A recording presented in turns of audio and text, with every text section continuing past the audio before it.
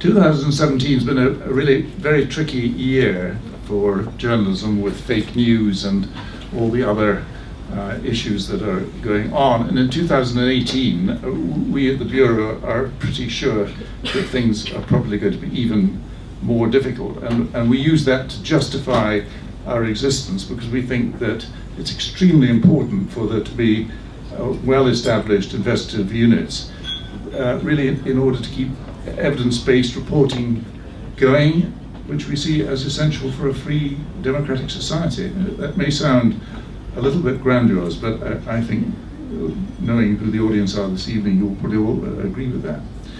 We choose stories that matter. We partner with major news organizations, so you'll see that we very seldom publish on our own. And Rachel's done a fantastic job, actually. We've been in partnership with all the leading media in this country and a wide range of international publishing partners as well. And we do that because, really, if we were based only on our website as the platform to reach our readership or our audience, we would get nowhere. So we see that as a mutually beneficial arrangement with our partners, because they get good fact-based work from a credible source, and we get increased reach. We try and select subjects that we think are underreported but are also extremely relevant, and our strategy is based on focusing on a reasonably small number of key themes. At the moment we're intensely covering 2. We're just about to expand seriously to 3, and we hope to broaden our range to about 5.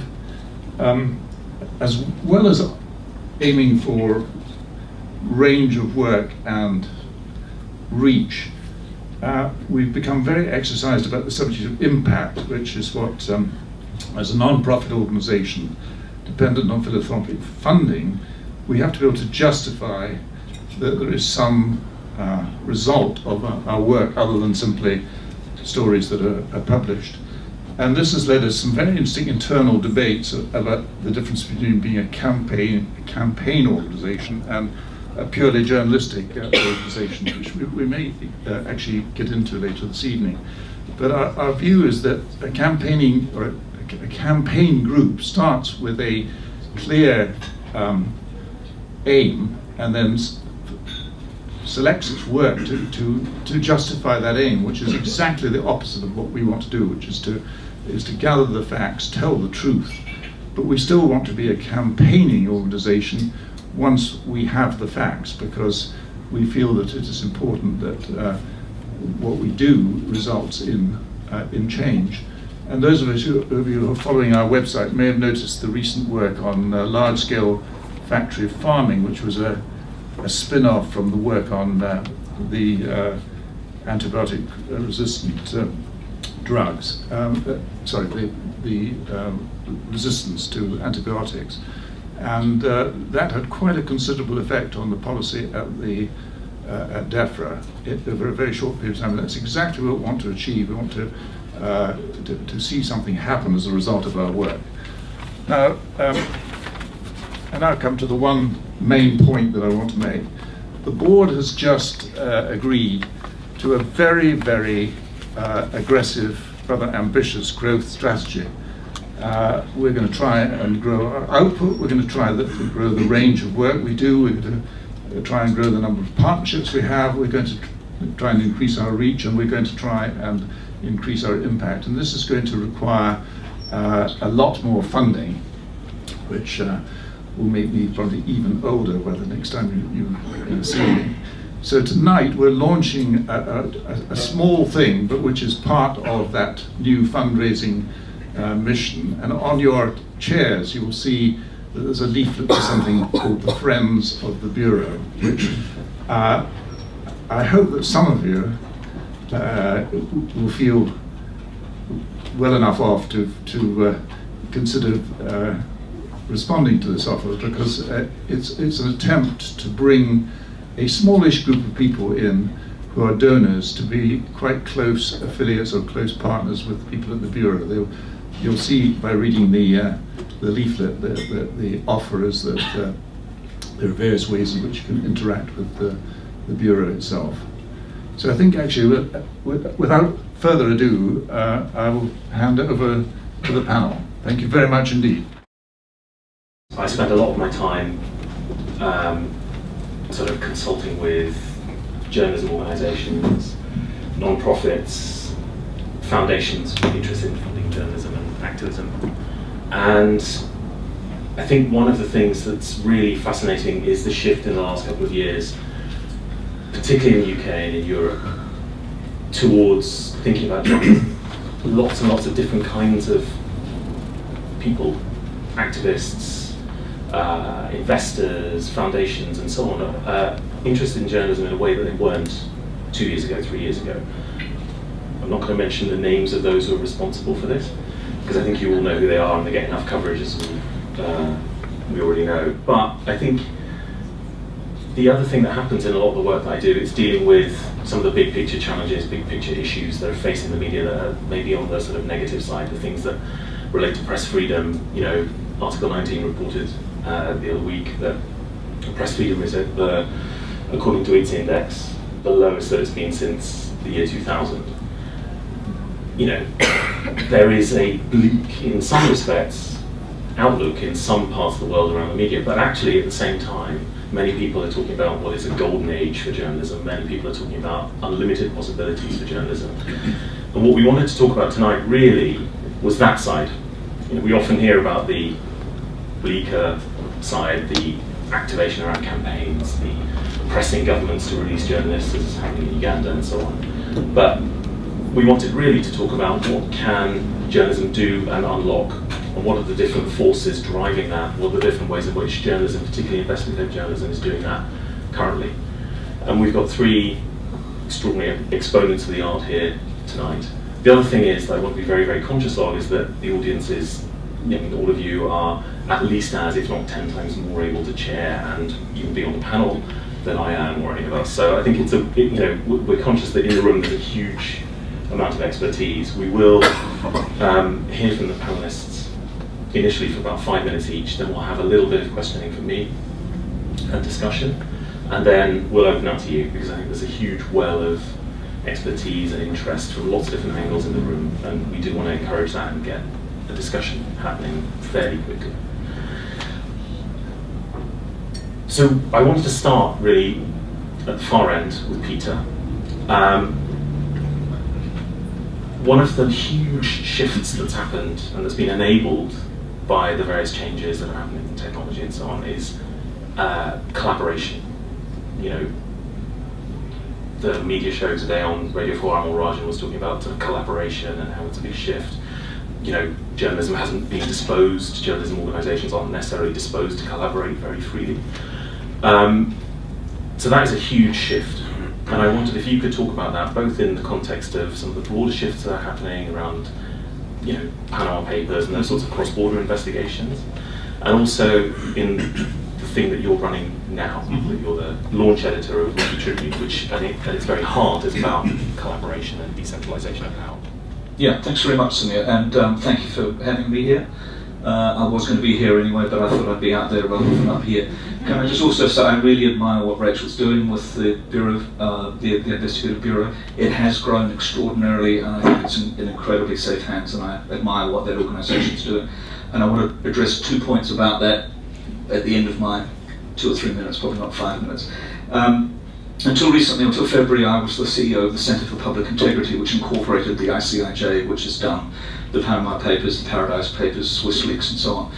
The key to that collaboration is very different from the kind of work that I'm doing at Wicked Tribune. So I'll just talk a little bit about that, if I may, very briefly. The key to those projects was trust. It was the initial point of trust, particularly in the Panama Papers and the Paradise Papers, that the leaker trusted the Obermeyer twins, who aren't in fact twins or brothers, but the Obermeyers from Süddeutsche Zeitung. They bonded, they got the trust. As far as I know, they still don't know who actually leaked the Panama Papers. But that was also built, the respect for that organisation and for the ICIJ had already been built by Swiss leaks and offshore leaks previously. And so the organisation had scaled up a reputation for trust, a reputation for keeping its mouth shut, and a reputation for distributed decision making in a sense on some of these stories. And what was extraordinary about the Panama Papers for me, I wasn't there when we did they've subsequently done the Paradise Papers, but there's nearly 1,000 journalists working on that story for a year before it broke. And I remember having a slight coronary when I picked up The Economist one evening on a Thursday evening, and there was reference to Mossack Fonseca, the company involved, in a story about Petrobras. And it was deeply implicated in the Petrobras scandal in Brazil. But the Brazilian reporters who were part of the Panama Papers syndicate did not publish at that moment. They could, if I was them, I almost certainly would have. They stayed. They sat on the rest of the Panama Papers throughout the evolving Petrobras scandal. I think that was part of the trust and part of the understanding. It's also one of the reasons that you asked me yesterday about this, Samir. It's one of the reasons why, in many cases, the ICIJ network has been driven by one-to-one relationships with reporters. Jared Ryle, the director of the ICIJ, has really expanded it into media organisations, but some media organisations are not willing to engage in true collaboration. And that's particularly the larger ones. They will not submit to the scrutiny that goes along with this, to the agreements on timing of release and so on. So I think it's to The Guardian and various other publications immense credit that they've had. I think there were 8 people at The Guardian working on the Panama Papers. It's to their immense credit they effectively outsourced news editing of that story to another organisation in a way that implies immense trust and confidence. And I think that's much harder to achieve with some of the bigger media organisations. So yes, we are taking collaboration to a slightly extraordinary extent with Wiki Tribune. Wiki Tribune has been founded by Jimmy Wales, the founder of Wikipedia. Jimmy is an optimist who believes that the good in the crowd drive out the bad. I'm not quite as optimistic as he is about that, but so far so good. The principle that Jimmy's working on this is that the community will be of equal stature to the journalists. The tricky part of that is that most people in the community can't in fact write journalism. So we have guides on how to write stories. In some cases they have written remarkable pieces. There's a French diplomat who, a retired French diplomat who's written probably 6 or 7 analyses pieces now about whether Britain, future of Europe, Brexit, the kind of thing you can imagine somebody who's slightly prolix doing. But they're actually, each time he does them, they get better and better and better and easier to edit. So I do have some hope that there is quite a lot of expertise. Well, we know that there's expertise. I mean, this is the contention behind this project is very similar to that in a book called We the Media by Dan Gilmore, who's an American professor, one of those professors of the internet who occasionally lets us use it. And Dan's contention was that the audience was always smarter than you were. There was always more expertise in the audience than you had on tap as a journalist. And of course that is the case. The experts are out here, they're not up here. But it's tapping into them. So the project is really to tap into expertise and to tap into talent. And that talent might be punctuation. The Oxford comma is going to be an extensive question of debate on Wiki Tribune. And as its launch editor, we will be doing the Oxford comma, based on the judgment of the Washington State Court, which cost billions of dollars based on the Oxford comma. Look it up, it's a good story. The biggest fear that my staff have, I have about a dozen staff everywhere between New Zealand, Southeast Asia, the United States, and mostly here, is the fear of the audience, in a sense, the fear of losing control of their work to the audience. And so we work again. We're working with that. It is a genuine fear. I mean, I had somebody very early on, when we were still behind beta, change my apostrophes from it is to just it's, and it drove me absolutely mad. And so there's a huge amount of pedantry there as well, but there's also really good calls which say, how can you back up that assertion? So neutrality, what Jimmy calls a neutral point of view, which is very strongly part of the Wikipedia tradition, is coming in. What I try and argue on that front is that we cannot have neutrality with a lack of interest or being uninterested, not disinterested, but we will not be uninterested in what we're writing. We will not be saying sexual harassment, good or bad, you tell us. or slavery, good or bad, you tell us. And that is quite different in some respects from Wikipedia. We have 5,000 people as of tonight. We've been up a month, 5,000 people registered on the site. They have essentially the same power as the journalists to edit, create content, talk about we don't call it comment. They talk about it, they have a discussion about it, they make suggestions. Everything at the moment, and this is one of the issues that I want to address, does go through an editor. Everything to be published does go through an editor. That is because of British libel and defamation law, and because we're based here, and so we're not covered by Section 230 of the US Communications Act. We cannot consider ourselves to be a platform. That has been a very interesting learning curve for the Americans involved, particularly one of them. So that is an issue about quality, and that is an issue about law. So the 2 points that I would like to put into here is the best thing that could come out of this event is further pressure for something equivalent to the First Amendment in the United Kingdom, is dramatic reform of the British libel laws, and a true commitment to freedom of speech and freedom of expression, which we do not have. Forget Leveson, let's go for freedom of expression instead of restraint on the press. And the other thing is the tax deductibility of news. It would make a tremendous difference, I know, to the Bureau and to many other organisations, and I think it's time to do that. Thank you. I think perfect segue to Rachel and the Bureau. I mean, we've talked a fair bit about the Bureau and the kinds of things that you've been able to sort of focus on and achieve. What building on what Peter's talked about, those trends, your use of data, use of collaboration and so on, and particularly in the context of what you've been doing recently in collaborations with local journalism around the UK, which as we all know is sort of yeah. Okay, thanks, Smith. Just to put things in context momentarily, I just wanted to say that for me, the reason why I'm feeling quite optimistic, I think 2016 was a year in which the media became the enemy of the people, and it wasn't just a bit of mudslinging. There really was some truth in that. We had failed as an industry in the run-up to the referendum. We had failed as an industry in the run-up to Trump.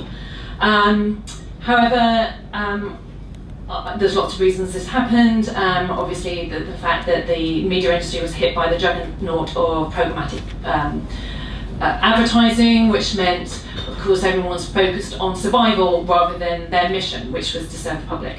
What I think has happened in 2017 is we've started to see the return of the mission. We've started to put value back into the industry again, or to speak to the title of tonight's event, we've started to remember that there is no truer cause in journalism than to speak the truth and shame the devil. And we have seen some really great reporting this year. I mean, if you look at the reporting on the BBC or in the papers around Grenfell, I think that's, there's been some really exemplary reporting there. The reporting that's gone on in Myanmar around the plight of the Rohingyas, that's come up into focus because of journalism. You may say that the horse has bolted, but nonetheless we have got a much better reporting about what's going on in Washington and around Trump and around Brexit. And we've also started to see that journalism can really have impact. And I'll talk about one example in South Africa and the fall of Bell Pottinger, because this is a story that is really close to my heart and a story that the Bureau has been looking at for many, many years. In fact, last year we published a story about a rather controversial, very large contract that Bell Pottinger had with the Pentagon, worth at least $500 million to produce propaganda, fake news, rather problematic false flag tapes that the Marines would distribute around Iraq when they did their raids, in the hope that people would pick them up and watch them, and this would ping out a message so that alleged terrorists could be identified and targeted. So, and when we rang up Bell Pottinger to say, so what do you have to say about this? They said, oh, we're a completely different organisation with a new management team and we don't do anything like that anymore. And 8 months later, the final nail in the coffin, the chief executive resigns after the revelations in South Africa, and the company is no more. So, that's journalism having impact. We've also seen, as Peter has just been saying, some really innovative, experimental, models that are really making journalism work again. I mean, Paradise Papers and Panama Papers are the prime example. It's a model that we have borrowed in our Bureau local project, which is trying to encourage more investigative, public accountability journalism at a local level, where journalism has literally fallen off a cliff. And this project has, in just 8 months, done 8 investigations in collaboration with over 450 people in the network who've worked together across 100 cities to produce more than 150 stories. So yes, we're seeing new models, we're seeing new launches, we're seeing highly paid big names of the media leave the BBC and set up new ventures. So as we go into 2018, I am feeling a bit more optimistic about this industry than I ever was.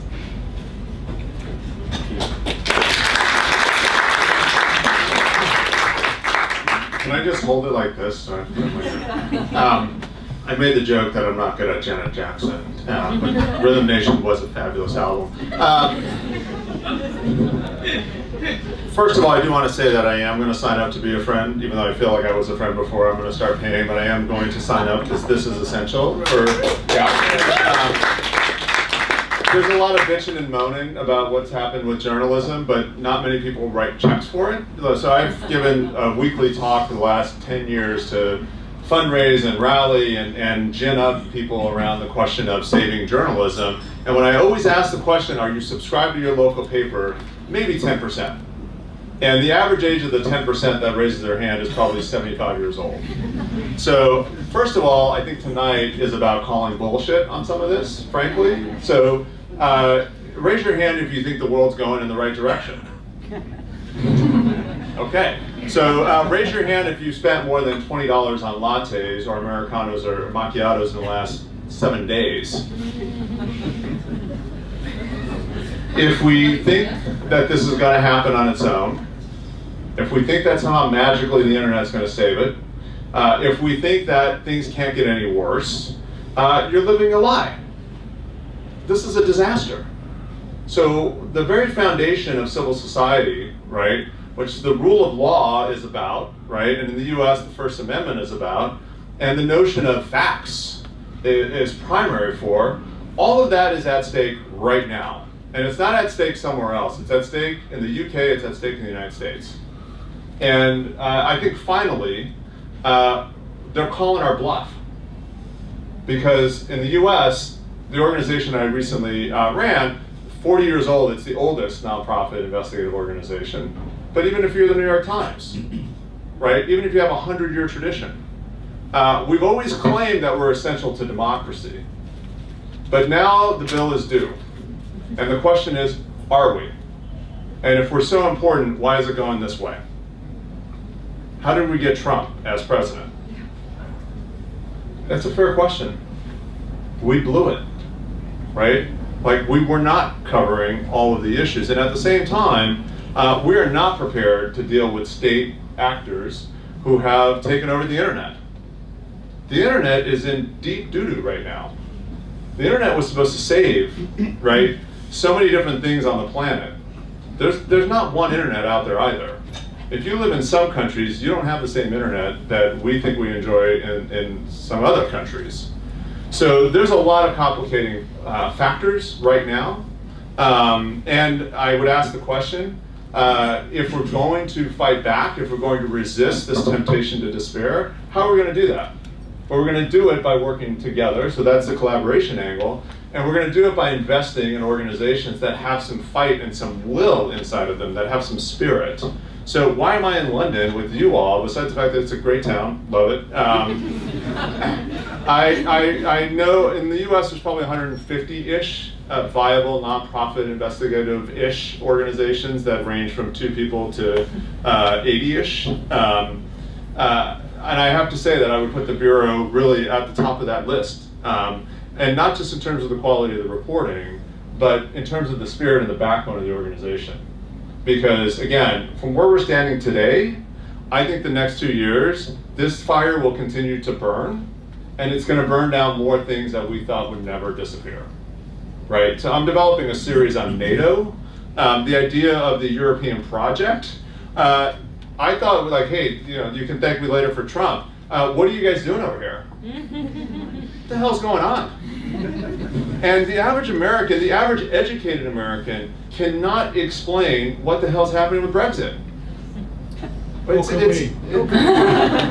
So I feel strongly that in the US we have a head start in terms of philanthropy, right? We have a 100-year tax code tradition where wealthy families get to protect some of their family wealth by creating foundations which, God bless them, fund investigative journalism and journalism writ large in the US. Our public broadcasting system has depended on that philanthropy since day one, so we have a different set of dynamics. But there's more money here for this kind of work. And I would argue strongly that we need to create scaffolding that helps that funding come to organizations like the Bureau. And most importantly, London's going to be okay, right? Ish. But as I've asked the question of what's happening outside of London, and I'm not familiar with it personally, but as I've asked the question and tried to interview people about it, this crisis here is as bad as it is in the United States in terms of the polarization and the disconnect. And the fact that the Bureau has carved a wormhole through its local initiative that has some of the beginnings of what a solution actually looks like, I feel like it's just probably the most important investment that can be made in the UK. And I feel like as an American citizen, for Christ's sake, if you're not doing this work, like the American-British alliance, which again, I'm from the Bay Area, so it's like, this is not like, if we expect to protect civil society, there's something to be said about what the US and the UK have done together over the last century-ish. So how do we protect that going forward, frankly? And however much money might come into journalism here, it's not enough. Well, that's one problem. The second thing is, this is all going to be people doing real work. So the amount of time and energy it takes to do that work really falls on the backs of the journalists and Rachel and the board. And I would just encourage everybody to spend time with these guys, because you will get ignited about it. You will get activated, and that's a positive way to fight back what is otherwise a very despairing time. May I add something to what Joaquin said? I know this is slightly changing your agenda, isn't it? But there are two words that Joaquin used in there that we don't use enough in the UK, and that we ignore, and that we ignore at Alpera, and that's civil society. We take it completely for granted here.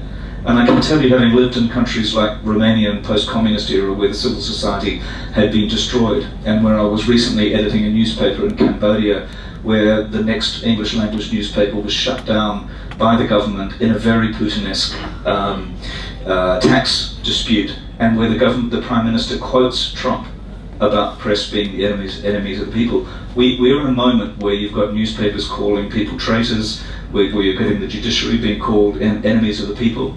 There is a civil society fight to be had here as well.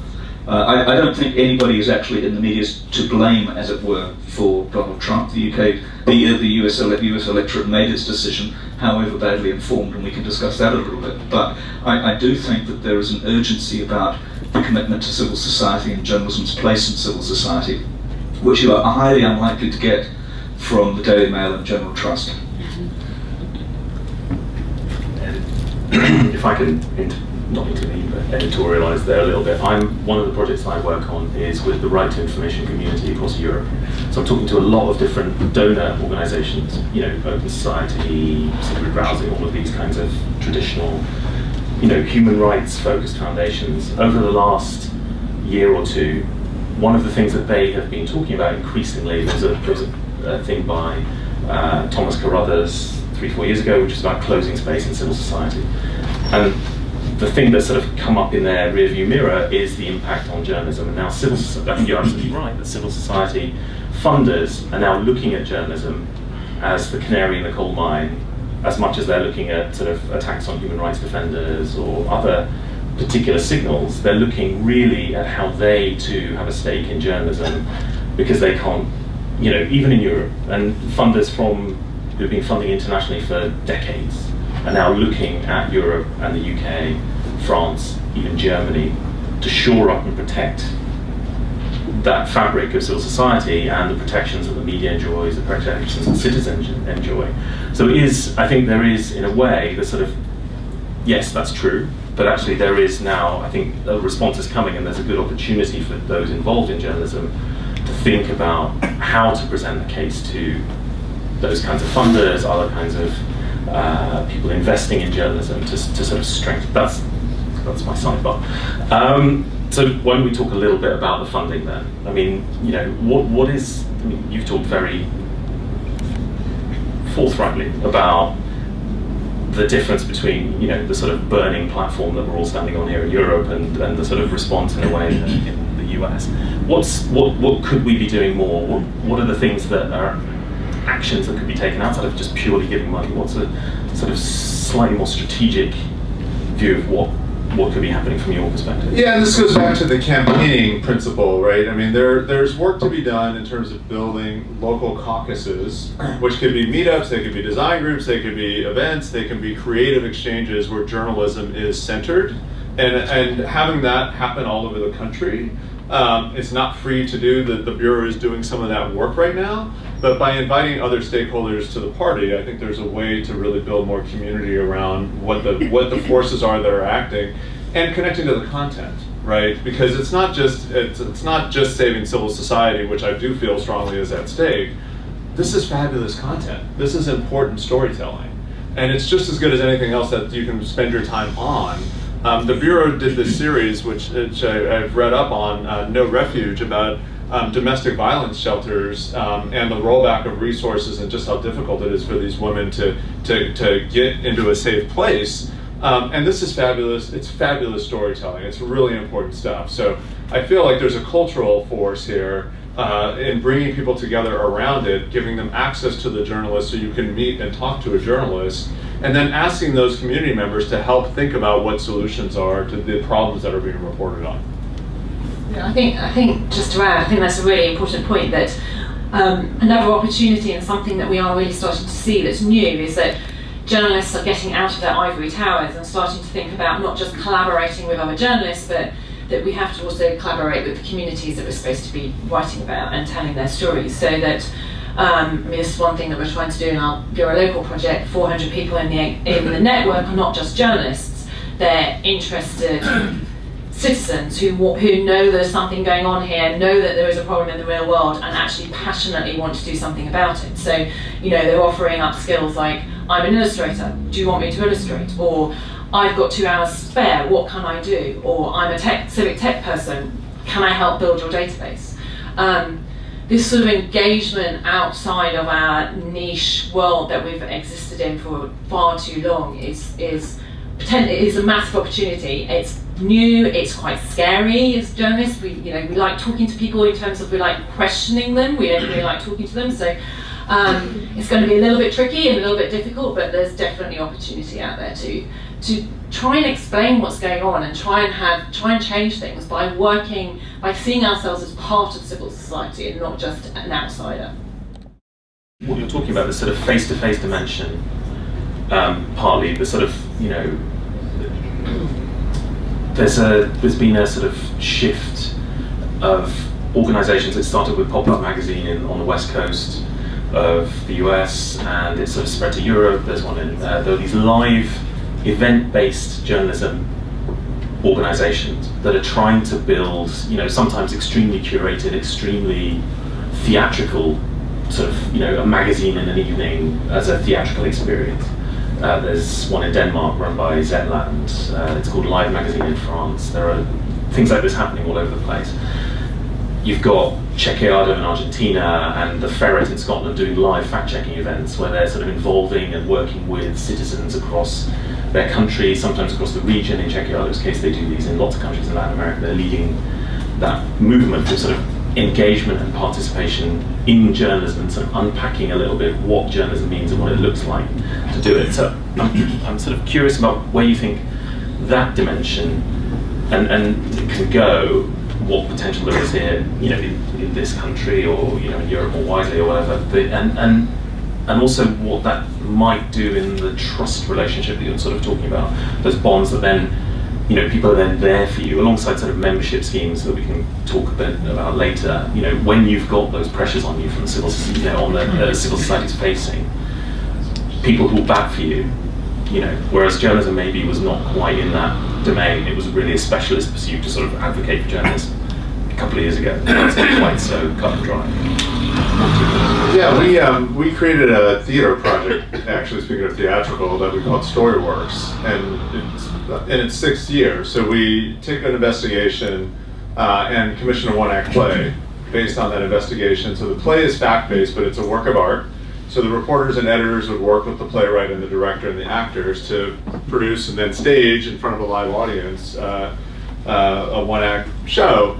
And the first time we tried it was because the woman Jenna, who's still a creative director, she'd gotten a hold of her own sort of feminist theater space in San Francisco, and she was like, I can give you $25, but I also have this theater, what do you want to do with it? And we didn't know what would happen, and the first night sold out. It sold out for like 6 straight weeks, and the experience of the audience was transformative. And they didn't leave the very first performance, nobody left. And so like we started coming out like, what are you doing here? And they're like, well, we have questions. And so now a part of the model is to actually have a second act, which is the reporters, sources, the playwright, come back on stage, and then the audience engages very directly with them. That project has gone all over the US. It's been in Mississippi, North Dakota, Kansas City, New Jersey. And again, small bore. This is like small batch. These are 100-seat houses, so it's not like 10,000 people there. But the power of that relationship is really something special. And it allows another constituency, which are people who like to go to the theater, many of whom like journalism also, to have this other way of actually participating. And every time you do that with community members, something good results from it, even if it's not great art. And it won't always be great when you try to do creative stuff, but every time you activate those relationships, it builds equity. I think I make muesli quite regularly, granola, and it's got so many nuts in it now. It's basically a snack rather than a breakfast cereal. But you cannot force people to eat granola, much as you might want to. You've got to make this stuff entertaining. I think we've really got to also make sure people will say, God, I want to read more worthy 5,000 word pieces about gender, and they don't, unless it's about Harvey Weinstein.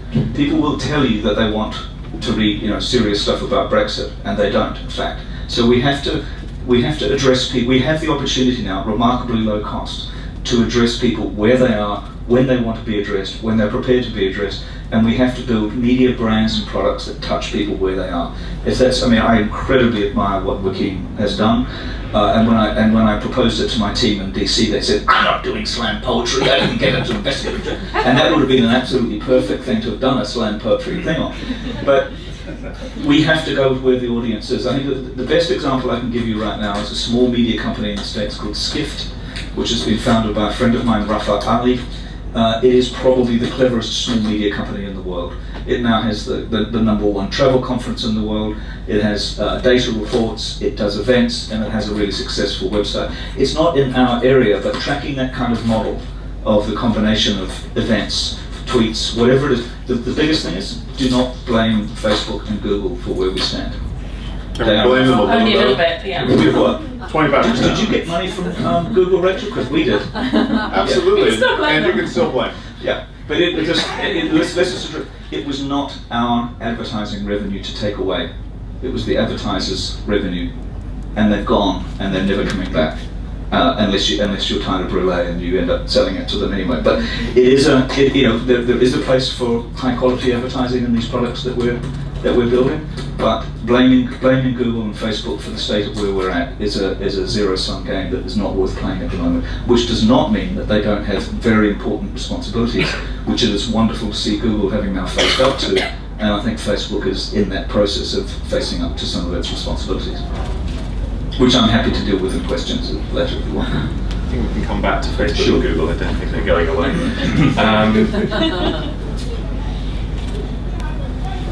So I mean,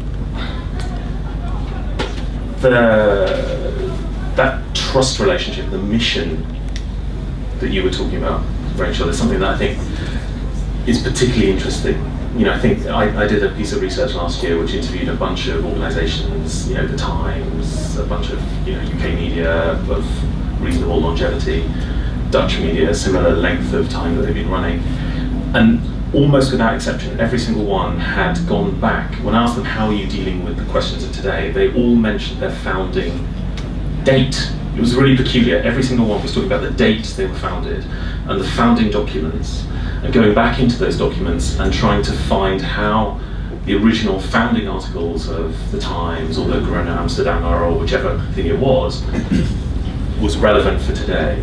So I'm curious if can you talk a little bit more about that sort of the relationship, the mission to where we are now? Well, I think if you put it into the context of what we've just been talking about, sort of finding new ways to tell our stories, I think if we're refinding the value of news in our mission, it's also really important that we understand who we're talking to. And one of the problems I think that the media world has at the moment is that we're talking bubbles. So we talk to the people who breathe and speak and think the same. And we've really got to try and work out how we get out of our ivory towers and how we get out of our bubbles and really start to connect again. You know, the local paper used to be read by everyone. It used to get it every single day or every single week whenever it came out, because it was the thing that you bought your car from, you bought your house from, you found out when the local fete was, and you also got, you know, the news about what was going on in power and how money was being spent. But it was the thing that connected you to the world in which you live. And it didn't matter what class you were from, it didn't matter which side of the fence of the political scale you were from. It was talking to everybody, and that's what we've got to try and do as a media. We've got to try and start talking more to just more readers. Who do these stories matter to, and how can we get there, and how can we speak to them? On the trust question, Sumi, I think it's a really interesting project that's come out of the Markula Centre for Applied Ethics at Santa Clara University called the Trust Project, which everything that I've built at Wicked Tribune is compliant with the Trust Project. I hope we'll get our little T symbol shortly. The Economist has joined it, I think the FT, Washington Post, various others. And what it is and I tried to do this a few years ago here with the Media Standards Trust, who some of you will know, not more. And it is a set of basic principles based on surveys that show how people gain trust in media organizations.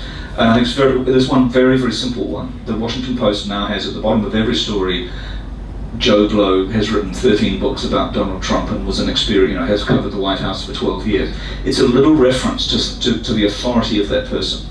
And there are all sorts of little signals like that media organizations can give to reinforce that. It's also noticeable Reuters now attaches the original Reuters trust principles, which have defended its neutrality since the Second World War, to every story now. And that's how they, they're making a statement about their ability to be on both sides of any story. And I think some of these little signals, some of these symbols are very, very important over time. I think trust in the audience is the perfect point at which to ask the questions. I'm a journalist, or was a journalist. I'm an advisory board member of the Bureau, do various other things. I run my own not-for-profit journalism outfit. None of you, I noticed, have talked about distribution and impact and all those things that funders want to know about. And in fact, journalists want to know about. You've talked a bit about stories that change particular situations. A lot of the stuff that I have heard about in conversations before this panel started, I didn't know about, and I thought I kind of was tracking this stuff. So I think that we do have a problem about, creating a culture which shouts louder, that gets above the noise, that gets above the legacy media, which still kind of fill our headspace. So I'd like to hear, more about that from you guys. Thank you. So I have a little bit of a geological perspective on distribution. In the nonprofit world, stage one of development is just, can you get any money to do this work?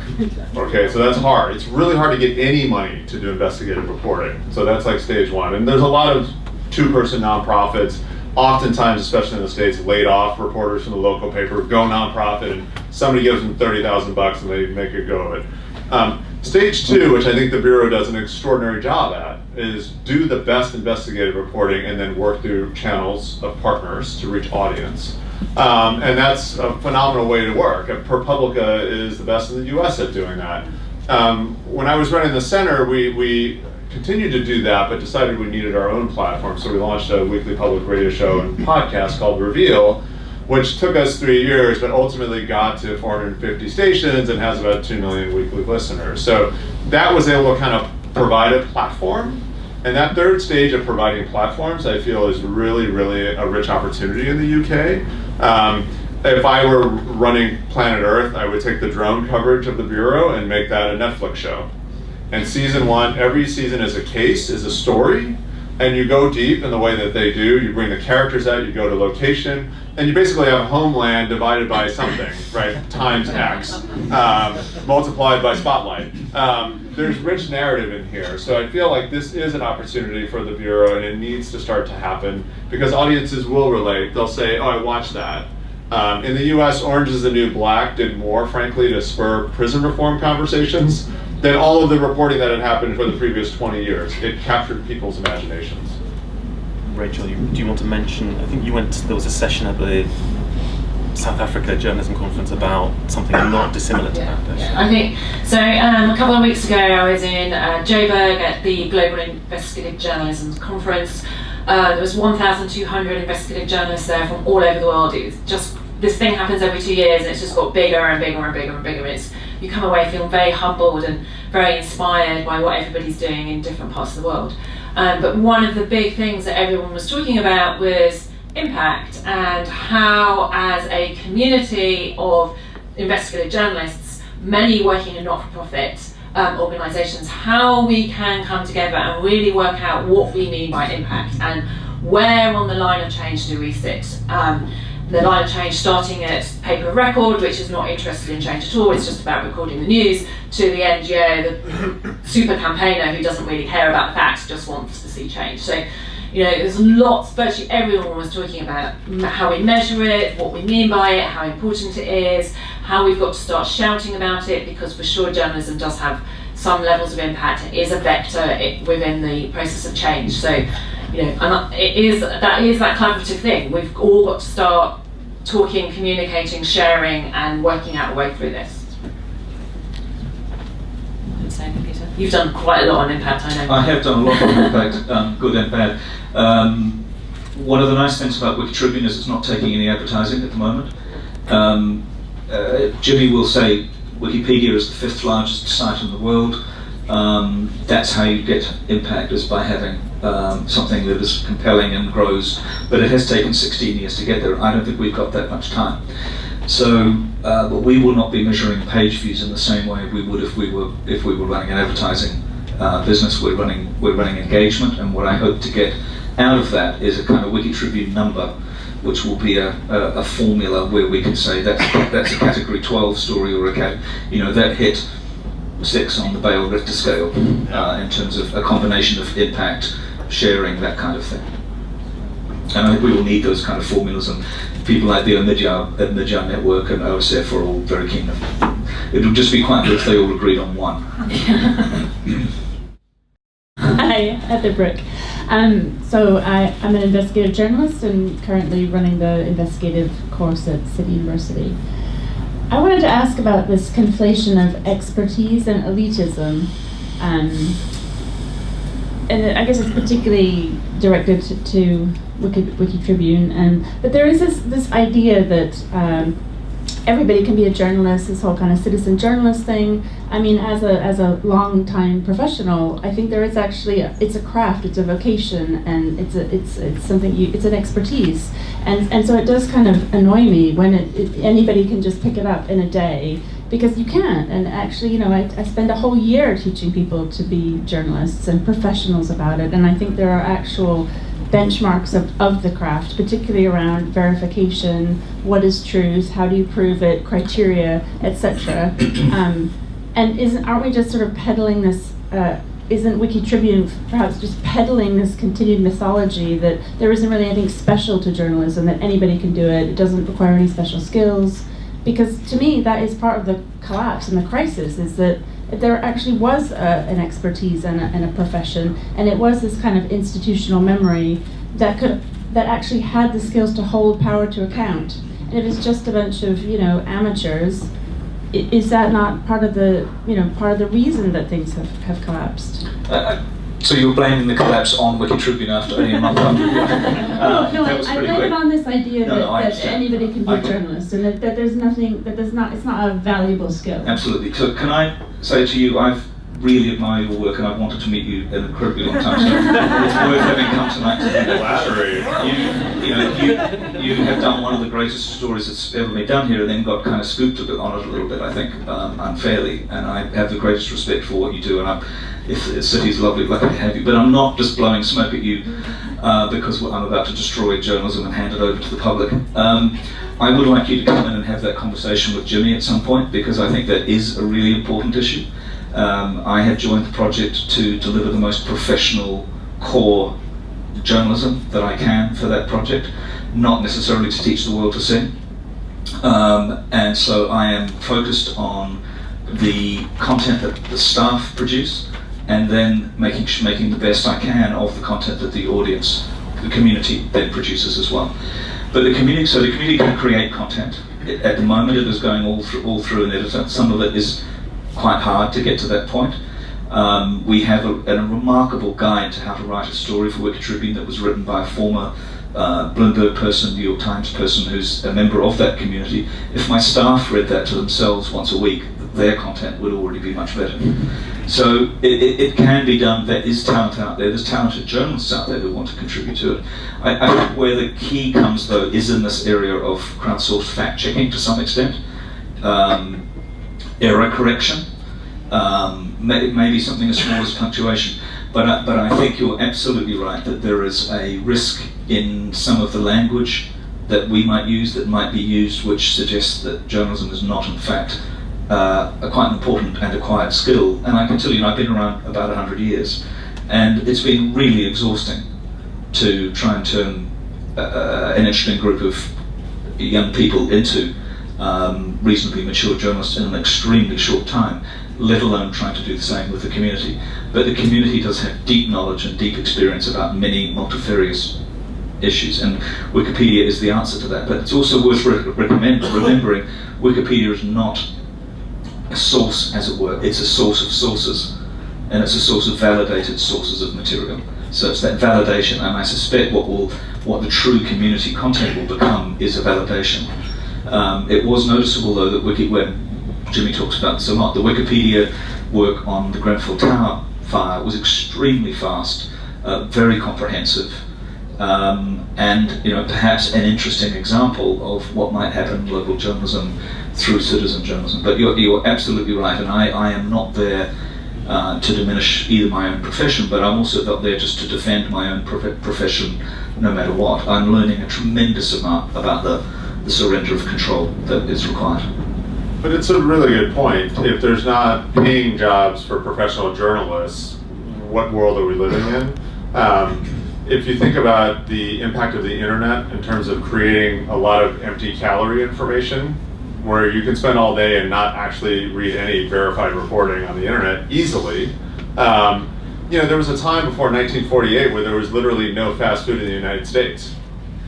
Now we have rampant diabetes driven by incredibly poor eating habits. Totally self-driven disaster, but there are systems issues, and I feel like when you drain out the idea that this is a profession, as much as I've been involved with community sourcing and community engagement, there's a real cliff there. I don't know if we've got one foot off or we're falling off of it or what have you, but if there's not jobs for journalists, we're totally screwed. Can I also, just to be clear, we published, I think on yesterday, our first major investigative piece of work, which I commissioned from what you might call an unemployed or retired journalist in New Zealand, about the murder and modern slavery aboard tuna ships in the South Pacific to bring us our sashimi.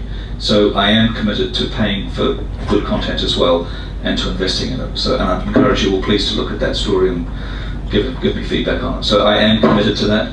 but I'm not the founder, I'm the launch editor. I do have, there's another question over there, there's one there, and then I'll come over here.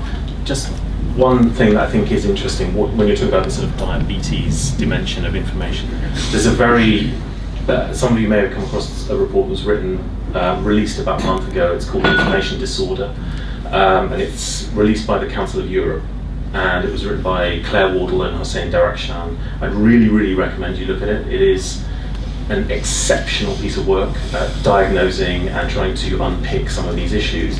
I think the thing that comes out of it, most interestingly for me, is the renewed role of journalism. And that's happening at a policy level where people are being pushed to think about it, pushed to re-recognise, and I think many news organisations are stepping back up into that role and finding their sort of role in that disorder environment, you know. So I think that is something that you'll see happen more and more and more. It's being covered absolutely enormously, actually. So I definitely recommend everyone take a look at least the op-eds about it, if not the whole report. I'm from Varsity, the student paper at the University of Cambridge, which makes me obviously a very young journalist, but also basically a local journalist only. So apologies if I lack of experience in some of the things that lots Never of people apologize, dude. will know about. Okay. I wanted to sort of ask you all more specifically about audience building and how you reach people who aren't interested in news. And one of the, for me and I, we've already discussed how you can bring people to facts, but they won't necessarily engage with them. For me, one of the most affecting pieces about Brexit was actually one that came out about a year late. It was the one by the FT journalist Paul McLean, who was sadly killed earlier this year, about the number of trade agreements that would have to be negotiated after Brexit. I thought it was a brilliant piece of journalism, and it just in figures and images showed information that everybody needed to know, and it came out too late. Even if it had come out in time, people like my grandfather, for instance, who voted for Brexit, would never have seen that piece. It would never have reached him. Would have stuck to maybe reading the Daily Express that day and not seen anything. How practically can we reach people who are like that? I mean, I know the internet is connecting people to more and more diverse sorts of journalism in some senses, but how do you actually go out and get those facts to people, and how do you make the journalism that engages people? Because we've all agreed it has to be engaging, but how? Rather than despair, I think we need to think about the opportunities here, and it's up to you actually. It's not up to us. I'm an old generation. Our model is no longer working. We need to find new ways of working, and this is going back to my point about we need to work out how on earth we get out of our bubbles and how we actually properly get information, facts, stories out to the people that matter and out to people who who are not used to reading this stuff. And maybe it's through theatre, maybe it's through plastering facts and information that we find on coffee trucks going around the town. Maybe it's through using Instagram, maybe it's images, maybe it's short videos. We need to see it as an opportunity. We need to think that journalism is not just about the words on a written piece of newspaper that is going to be used as chip paper, which that is still how we see news and dissemination of news. We still see that bit of paper as journalists as the important thing, and actually it's not how people get their news anymore. And there's so many opportunities, and we need to get smarter. How old is your grandfather? His mid-80s. Mid-80s. Where does he live? He lives in Maidenhead. Can't do that in the UK. Very close to Theresa May, Maidenhead. Yeah, I mean, I think, and you guys are doing this with the Bureau of Local Initiative. The whole principle of design thinking is to ask those people, ask your grandfather and his homies, how you might reach them next time in on an issue like this, or how they're now thinking about Brexit and how they're getting information in on that. Like, they'll tell you how they would like to get it. Maybe they need some creative ideas, but there is this initiative that the Bureau is doing, which is activated all over the country, that gives you a little bit of a skeleton key to then bring those voices back up to a newsroom that can then go and cover in a way that those folks will actually receive it. But one of the interesting things in the US is that funders have prioritized understanding what communities want. So the Knight Foundation has had its Information Commission, and initiatives like that have deliberately gone out to try and find those cold spots, news deserts? Yeah, there's things like way that? more money. There's not enough money in the UK for news organizations to do this, so there does need to be a concerted campaign to get funders to turn this on, frankly, because it's not free, right? And we do have a lot of learnings about what works and what doesn't work. And frankly, like, I've never seen an initiative, even in the US, that says, we gotta get 85-year-olds to pay attention for the next 5 years. Because they have money, they go to the doctor, they're gonna vote, like, they need more information now than ever before. You could run a whole campaign on 85 to 90, don't screw it up for the rest of us, guys. You said something about climate change, sort of kicked something into gear. So I have many hats. One of them is a kind of media one. So just to disclose, I advise a media group. I'm emeritus editor. We have 400 people on our payroll. So we get about 100 million page views a month. It's in English language. So where is that? It's in Bangladesh. Now, climate change, well, you know, investigative journalism means that arsenic poisoning is something of more concern in Bangladesh than climate change, which is very unfortunate. So my whole thing, listening to you folks, is it's not about the future of journalism. It's about how to animate and enliven knowledge and to share that and to create interaction around that. Now, I have another hat as an artist, and I was an artist at Manifesta Biennale in 2010. And I collaborated with an artist who was animating the news of the day. It created tremendous impact. This is in Murcia and Cartagena. Extraordinary impact using hacking into a lot of means. I'm also an innovation professor, so I'm really interested in the innovation of many professions. And we talked much earlier about partnership and collaboration and the hybridization of stuff. So for me, sitting here, I'm thinking, my God, I live in London, I advise on different things here, but also I have this connection out in Bangladesh. And this is really exciting, but what does it amount to? What for me, you know, I'm trying to do a takeaway because I have 400 people there in Bangladesh who need inspiration. And you know, we have bombs thrown at us and our staff get beaten up. When we're covering the Rohingya, it can be okay, it cannot be okay. And I think Rachel knows that I was trying to influence our coverage of it. In fact, I managed to change the way in Bangladesh the media were covering the Rohingya because of the way we use that portal. But take inspiration for our journalists because the business model is really tough back there. And I was telling somebody here that clickbait is actually unfortunately a big way to fund a lot of our stuff. And you talk about training journalists. I get very disappointed by the quality of writing on our site sometimes, but people are reading it and it's put up very quickly. I advised Larry Sanger when he did Infobit, so I have some views on maybe Wiki Tribune won't work. But what I do know is people do go to stuff which is put up very quickly. But I'm very interested in the whole idea of collaboration because I think to make this sort of knowledge lively and out there, it's not just, you have to look beyond the idea of media people, and we're all liberals here. Do you know what I mean? It's, yeah. Speak for yourself, Alan. Yes. Do you have a question? Question is, you know, are you folks thinking of collaborating well outside of what you're already doing? Because that's what I'm looking for. Yes. So I have a view that the David Simon television show The Wire, I think it's the finest piece of journalism that's been done in the last 20 years. You know, it is journalism by other means, and I think that's one of the things that we have to see, you know, that we have to see as journalists. I mean, Joaquin's poetry things have been absolutely fantastic. The work that group did. I mean, they were so imaginative about different ways to deliver journalism that I'm ashamed by comparison of the things that we did at the centre. You know, it is going to have to be these things, but. And actually, there was a wonderful thing I saw at the, I don't want to give the impression I go to journalism conferences all the time, but it was at the Logan Investigative Journalism thing in Berkeley a couple of years ago, which was a wonderfully produced comic by some guys in Detroit who were doing comic news. But the great thing is it was still fact-checked, it was still accurate, there was no misrepresentation, and that's the key. It still has to be, the drama cannot be over-dramatized. You know, but if you think also, look at Ralph Fiennes' Coriolanus, set in Serbia. That is a terrific piece of journalism, and I believe Shakespeare's, you know, got some good gigs going there as well. Not to get into the homie versus geek versus old people thing. Question at the back.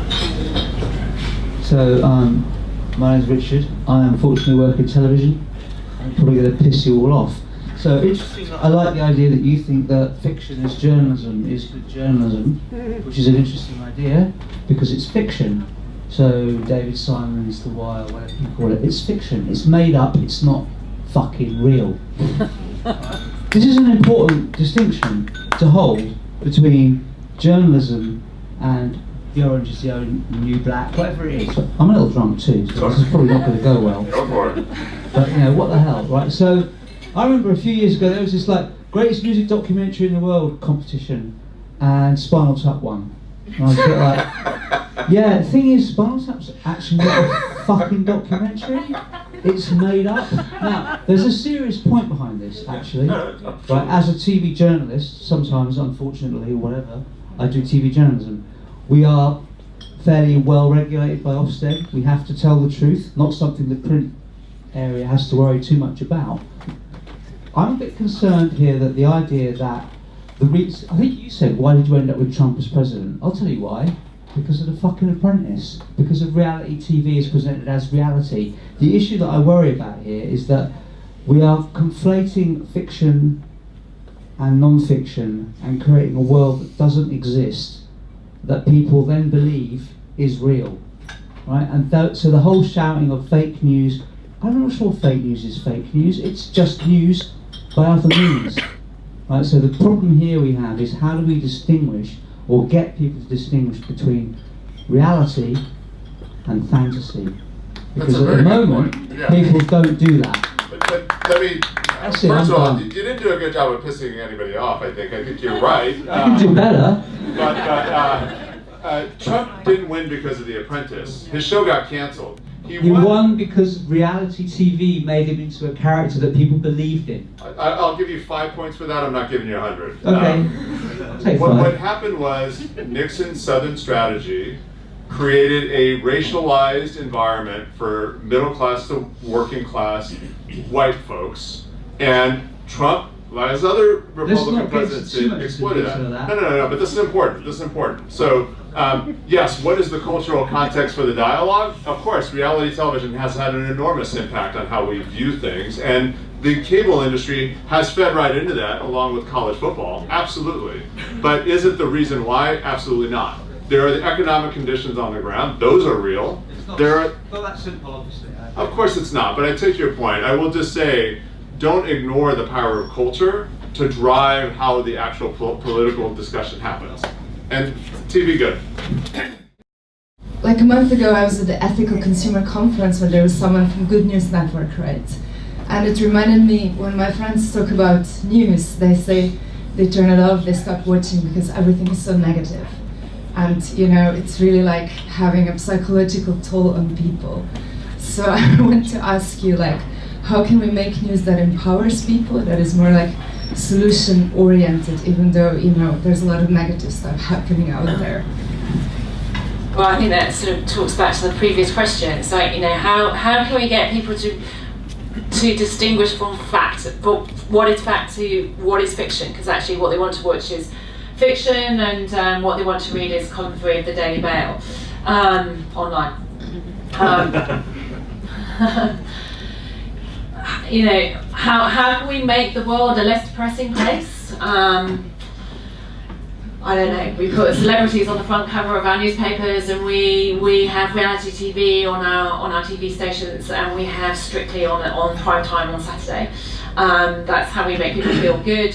But interspersed with that, we've got to report on the news, and we've got to report on what's happening. I think your point about solution journalism, this is a big debate that's going on in the journalism circles at the moment. Is, you know, we need to empower people by offering solutions, and we've got to remain independent. And who are we to say what the solutions are? Because you're just journalists. But nonetheless, we can offer solutions up by talking to people who have solutions, and you can build those into your stories. I also think the BBC does a really good job with the thing at the end of, often on the radio will say, have you been affected by this? Come on to the BBC. You know, they're very, very good at either the taking action or the have you been affected by it. And I think that's a remarkable piece of work. Also, just radical optimism is okay. You know, it's like, who else is going to do this work? You know, why the hell are they the Bureau of Investigative Journalism? Like, what do they think they're going to accomplish? This is absurd that you would even spend a day trying to make the world a better place by reporting out facts. Like, that in and of itself is a beautiful act of ridiculous optimism,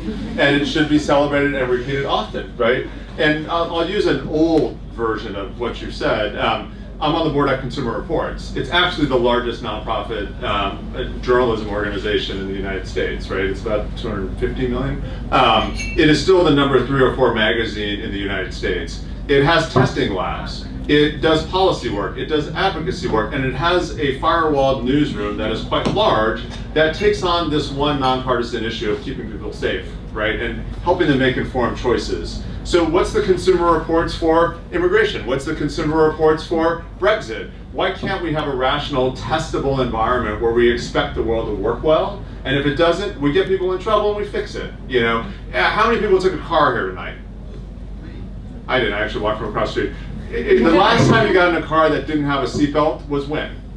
It's not like the auto industry wanted to put seatbelts in. Now the reason why there are seatbelts is because of policy, journalism, scientists, advocates, laws, but that's the #1 reason why people buy cars, is for safety. That's the #1 feature they look for. So I actually feel like if we can get this right and not lose our stuff right now, we can actually build a culture where fact-based is actually the reason why you would go to an information source. Being able to understand the clues that you're talking about, and having the direct relationship with the journalists who do that work, who you're surrounded by them here. I'm speechifying now, forgive me. It's me to give you a tub to thumb. No, just beer time, I think. Well, we're going to draw this bit of the evening to a close and then allow you to continue vigorously debating. I bet you're surrounded by wine. So, can you join me in thanking the panel for their